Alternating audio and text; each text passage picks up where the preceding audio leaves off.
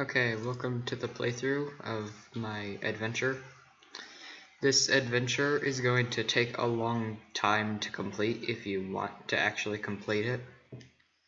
This is a walkthrough for those that are having trouble, or if you just want to see the adventure but don't have the time to actually play it.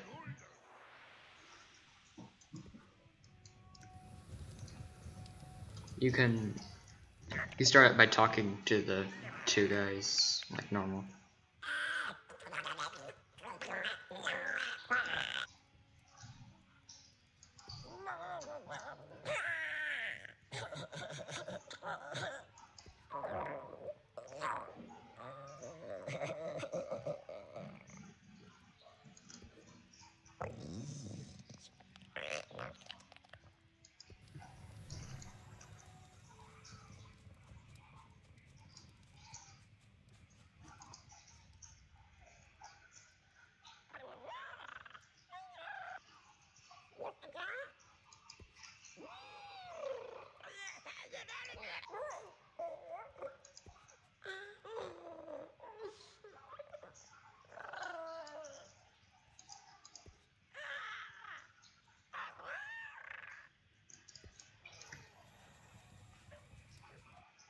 Once you have finished talking to those two people, you just walk down this ramp, and you're in the city area. What you want to do first is you want to go and talk with the owner of the workshop, and then you can get into what takes the most time in this adventure.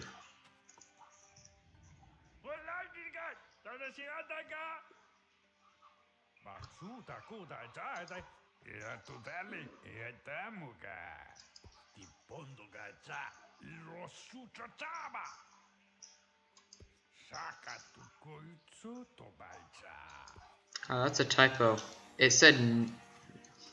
I think it said more credits than you need, but anyways. There are a few places you can start with earning credits to get into the workshop. First place is just over here.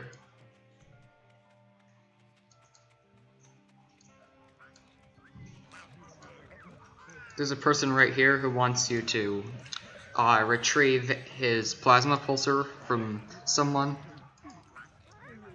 That person is just under a bridge. It's the larger bridge of the two.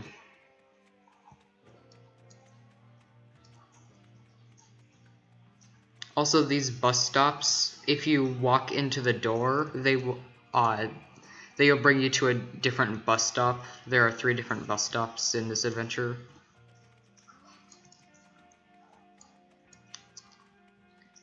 He's right under this bridge.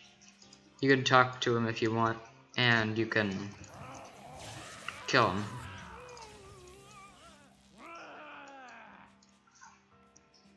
Once you've killed him and you've gotten the plasma pulsar, you just want to head back to the person who gave you the quest.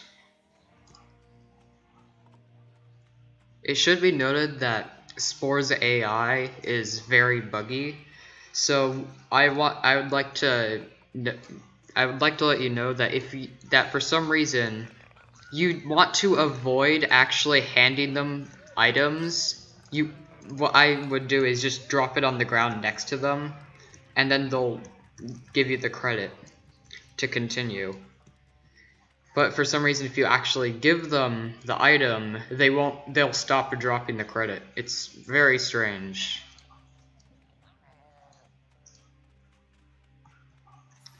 You can just walk into the door while holding a credit, and that'll deposit it, and you need to deposit 5.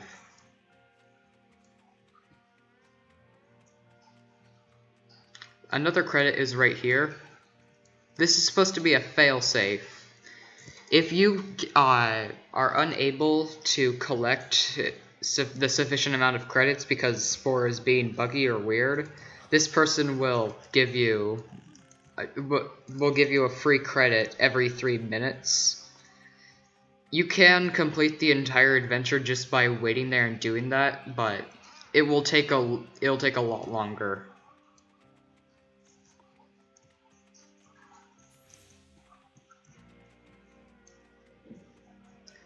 that's all the things you can do down here. So we can take the bus stop to the next section of the town. One quest is just down here at the stage. You can also take the smaller bridge right to here. This person wants you to get a wooden horn that someone stole from him. That person that has the wooden horn is right here. He wants a different instrument. You can talk to this person right here. He's saying he needs someone to play this instrument for a performance at the bar. You can just give it, and then you can just drop it next to the thief, and he'll drop the horn.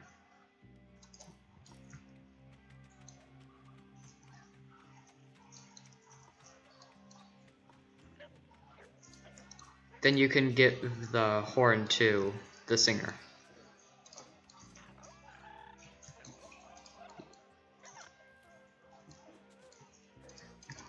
You can also actually hand him the horn, but I would do this after picking up the credit,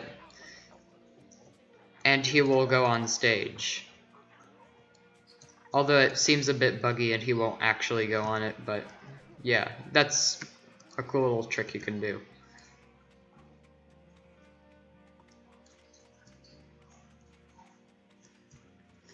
There are more quests in that part of town. I'll come back to them later.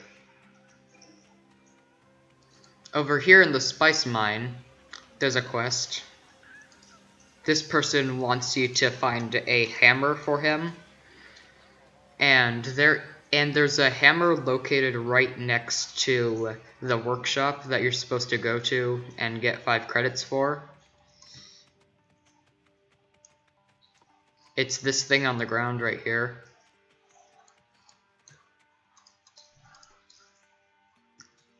So you can just pick that up and take the bus twice to get back to the mine.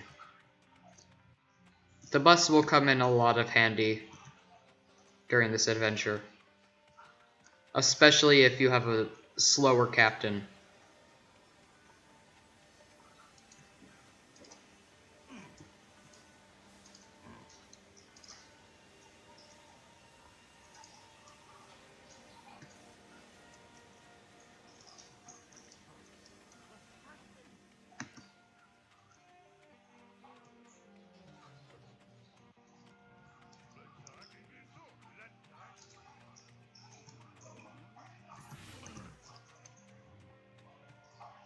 There are 6 credits in this adventure you can earn from quests, plus the ones from the Church of Spode, so you should have no trouble getting all the credits necessary. There's a Grox banker right here that will offer a credit for bringing this tax notice to a wealthy member of the Zyfrey race, which is down by a coffee shop. The coffee shop in question is down here. It's one of the only circular buildings in this whole adventure, so it's not hard to spot. The wealthy member of that you're looking for also has a top hat, so he's easily identifiable in a crowd.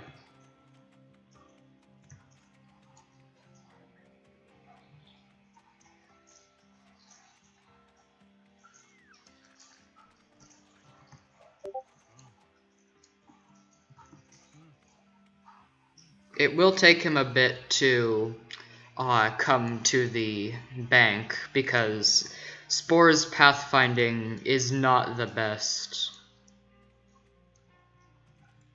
I would recommend staying near him as he walks, because sometimes he can get confused and walk in the wrong direction if he's too far from the player. Once he arrives next to the banker, the Grox banker will drop the credit on the ground.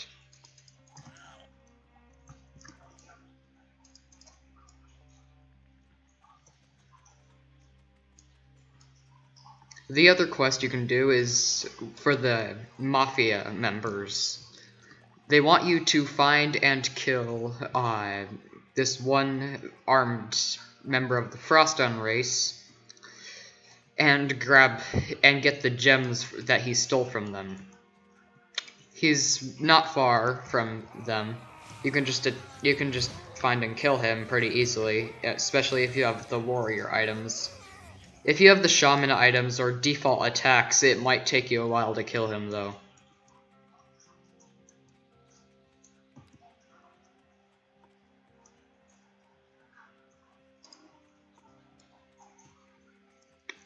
You can just drop them on the ground and they will... No, hold on. They only drop the credit when they are aware of it, but unfortunately their awareness isn't very high. That's a mistake on my part. But by now you should have all of the credits necessary to open the door.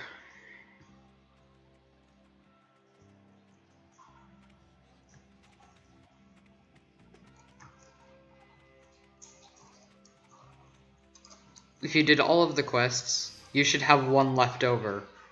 You can just drop that on the ground if you want. Once you have gone through, you can go to your ship and watch the ending.